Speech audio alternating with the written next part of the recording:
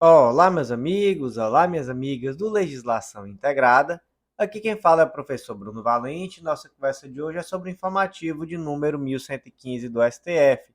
Antes de começar aquele convite, se inscreve no nosso canal, seja no Spotify, Deezer, Apple Podcasts, Google Podcasts ou no YouTube, e ativa o sininho para ficar sabendo de todas as novidades. Nos segue também no Instagram, @legislação_integrada, onde todo dia tem novidade. E o mais importante de todos os convites, acesse legislaçãointegrada.com.br e venha aproveitar a Black Friday do Clube da Lei. Já são os últimos dias, tá, gente? Essa oferta super especial que você adquire o Clube da Lei, que é o clube que dá acesso a todos os materiais de lei seca e jurisprudência do Legislação Integrada e a mais de 100 planos de leitura. E você leva gratuitamente o mapa do aprovado, que é o curso que te ensina a estudar. Gente, um desconto total de R$ 257, quase 50% de desconto na compra conjunta desses dois cursos. Então, vem fazer parte e aproveita que é de longe a melhor oferta que já fizemos. Último convite, tá, gente? Vem conhecer a editora integrada, vem publicar com a gente, você vai ver que é mais fácil do que você imaginava e vai fazer toda a diferença lá na frente em uma futura prova de títulos.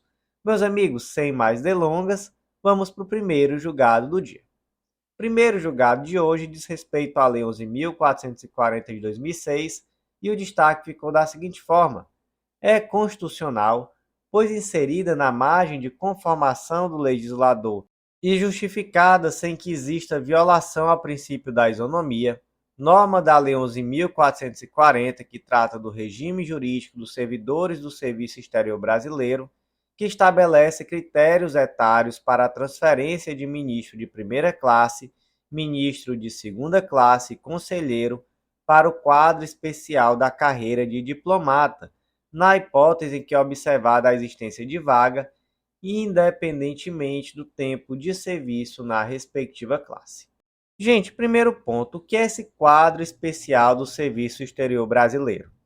É uma categoria dentro do Serviço Diplomático Brasileiro, e essa categoria foi criada para acomodar diplomatas em estágios específicos de suas carreiras, geralmente relacionados à idade ou ao tempo de serviço. E a questão é que a lei permitiu tanto que o ministro de primeira classe, quanto de segunda classe, quanto o conselheiro chegassem a esse quadro especial. Então não limitou a tão somente uma determinada classe dentro do serviço diplomático brasileiro. Então, o artigo 55 traz que o ministro de primeira classe ele pode ser transferido para esse quadro especial do Serviço Exterior Brasileiro quando ele completar 65 anos de idade ou 15 anos de classe. Já o ministro de segunda classe precisa ter apenas 60 anos de idade ou 15 anos de classe. E o conselheiro, por sua vez, 58 anos de idade ou 15 anos de classe. E aí surge o questionamento: poxa, mas o indivíduo vai para esse quadro especial, mesmo que ele não esteja no quadro mais alto, então ele ainda está na primeira classe e mesmo assim ele pode ir para esse quadro especial, a depender da idade ou do tempo que ele esteja nessa classe. Isso não seria inconstitucional por eventualmente preterir alguém que estivesse em uma classe superior? STF entendeu que não é inconstitucional. Entendeu que, na verdade, essa previsão ela está adequada às peculiaridades do serviço diplomático brasileiro. Entendeu que não há ali um impedimento à progressão funcional de ninguém, que na verdade o único efeito prático é a abertura de vagas no quadro ordinário da carreira diplomática, mas que não haveria aí nenhum tipo de impedimento, de preterição ou nada do tipo. E houve também um argumento de autocontenção. Entendeu-se que o local adequado para debater a reformulação da carreira é o Poder Legislativo e que o Poder Legislativo já trouxe uma previsão nesse sentido, que é adequada, que atende às peculiaridades, então não há inconstitucionalidade. Vamos reler aqui o destaque. É constitucional, pois inserida na margem de conformação do legislador e justificada sem que exista violação ao princípio da isonomia, norma da Lei 11.440 de 2006, Regime Jurídico dos Servidores do Serviço Exterior Brasileiro, que estabelece critérios etários para a transferência de ministro de primeira classe, ministro de segunda classe e conselheiro para o quadro especial da carreira diplomática, na hipótese que observada a existência de vaga, independentemente do serviço na respectiva classe.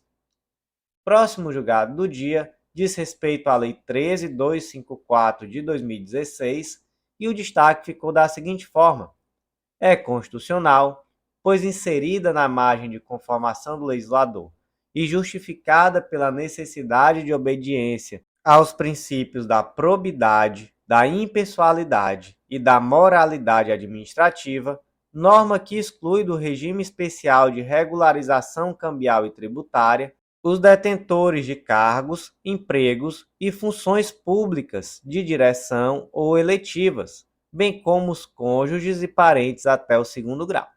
Vamos lá, vamos entender.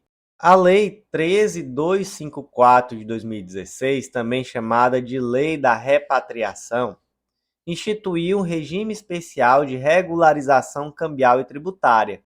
Basicamente, aquele indivíduo que tinha recursos, bens, direitos de origem lícita, não declarados no exterior, eles poderiam repatriar esses valores, sendo para isso beneficiados por uma anistia tanto tributária quanto penal, desde que eles desejassem de fato participar dessa repatriação dos valores que foram mantidos no exterior. Gente, valores de origem lícita, tá? Valores lícitos, certo? A lei traz alguns marcos, então trouxe aqui, por exemplo, daquele indivíduo que estava domiciliado no país até 31 de dezembro de 2014. Os bens também têm que ser de propriedade em períodos anteriores a 31 de dezembro de 2014. Traz também que aquele indivíduo que já foi eventualmente condenado criminalmente pelo fato não vai ser beneficiado. E traz um ponto que trouxe um questionamento acerca da constitucionalidade aqui na DI 5586, que foi: essa lei não se aplica a detentor de mandato eletivo ou aquelas que exerçam cargo, emprego ou função pública de direção, e nem também aos respectivos cônjuges, parentes consanguíneos ou afins até o segundo grau por adoção. Então, isso na data da publicação da lei, tá? Então, se o indivíduo tinha mandato eletivo, ou então exercia um cargo, uma função de direção na data da publicação da lei, essa pessoa não seria beneficiada.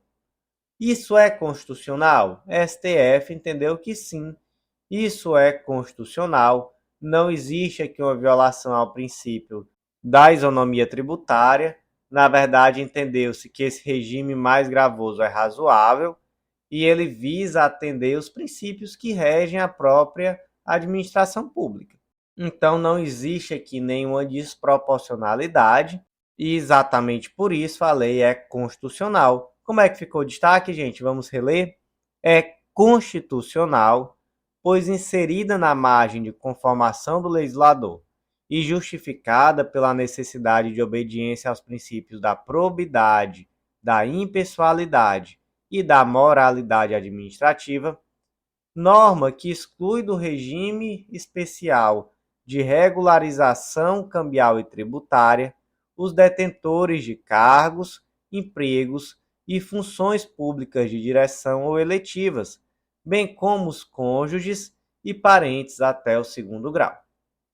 Próximo julgado do dia, inserido na Constituição Federal, destaque da seguinte forma: é constitucional por não violar o princípio do Pacto Federativo, nem as regras do sistema de repartição de competências, lei estadual que obriga todas as refinarias e distribuidoras de combustíveis operantes em território a fornecerem certificado de composição química de cada produto, quando houver entrega de álcool, gasolina comum, gasolina aditivada, gasolina premium e diesel. Então, o primeiro ponto, que lei é essa? É a lei número 10.994 de 2001 do Estado de São Paulo, e ela trata exatamente da obrigatoriedade das refinarias e distribuidoras de combustíveis no estado de São Paulo de fornecerem um certificado de composição química para cada produto quando entregarem o combustível, incluindo álcool, gasolina, seja comum, aditivado ou premium, e o diesel. E qual o objetivo da lei? Garantir transparência e qualidade dos produtos comercializados. Essa lei é constitucional? O STF entendeu que sim. Entendeu que se trata aqui de uma lei sobre proteção ao consumidor, então competência concorrente, está lá no artigo de número 24, inciso 5, compete à União, Estado, DF, legislar concorrentemente sobre produção e consumo. Entendeu-se também que trata de outras matérias que são de competência comum. Então, por exemplo, proteção ao meio ambiente, acesso à informação, controle de poluição. Então, tudo isso estaria dentro da esfera legislativa do Estado e, portanto, a lei seria, sim, constitucional. Como é que ficou aqui o destaque?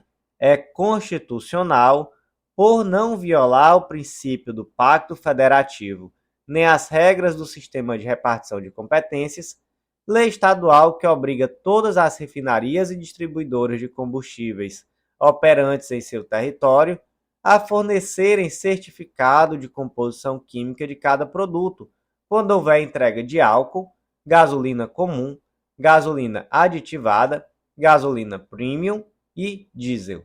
E o último julgado de hoje foi inserido na Constituição Federal.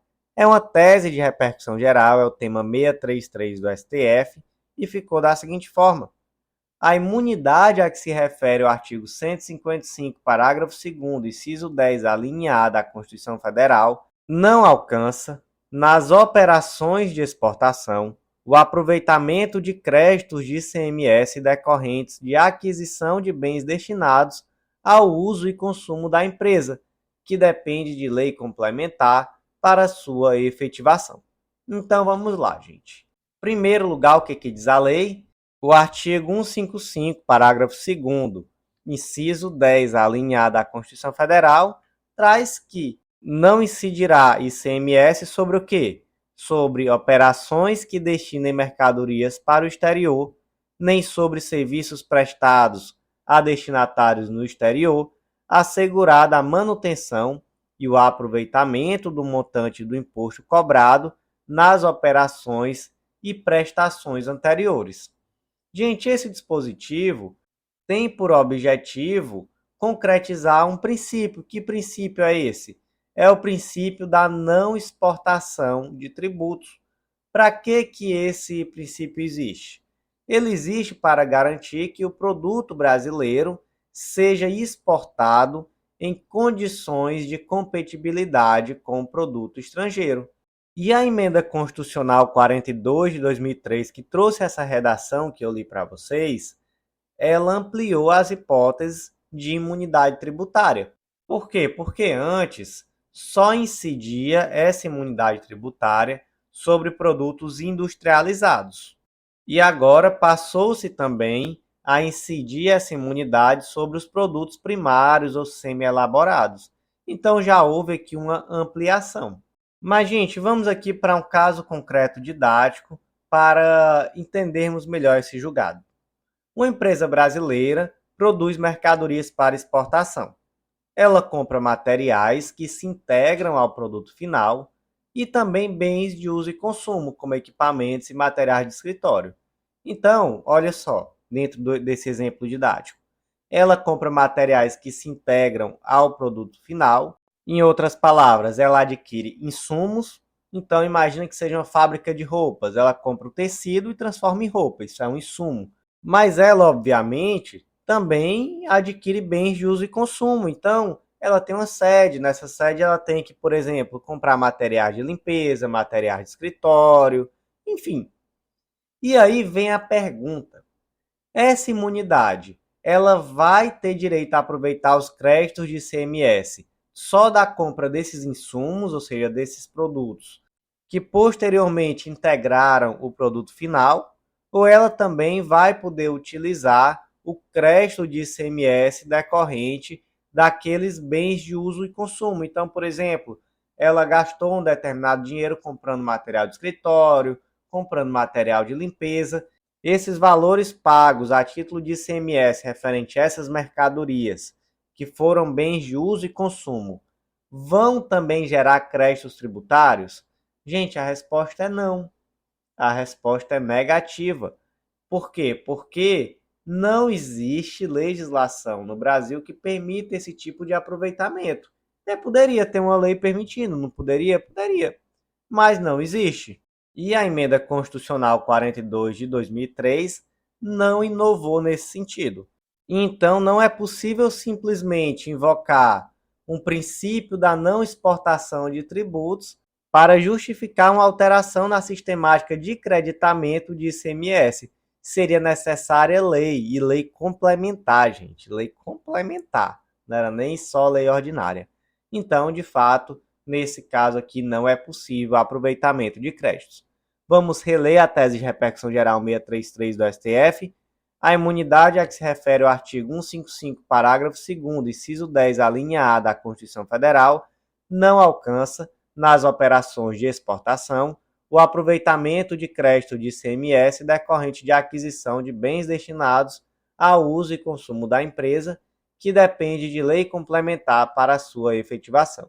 Meus amigos, por hoje foi isso, mais um informativo curtinho. Eu agradeço a vocês que ouviram até o final. Vou refazer aquele convite, aproveita a Black Friday do Clube da Lei. Estou te esperando, com certeza vai te ajudar muito no teu processo. Tenho certeza que essa combinação de Clube da Lei com Mapa do Aprovado tem tudo para ser sucesso. Então venha aproveitar, porque já está acabando. Já estamos quase chegando no fim do mês de novembro e aí vai acabar essa oferta super especial. Então, meus amigos, por hoje foi isso. Eu agradeço a vocês que ouviram até o final. Até a próxima!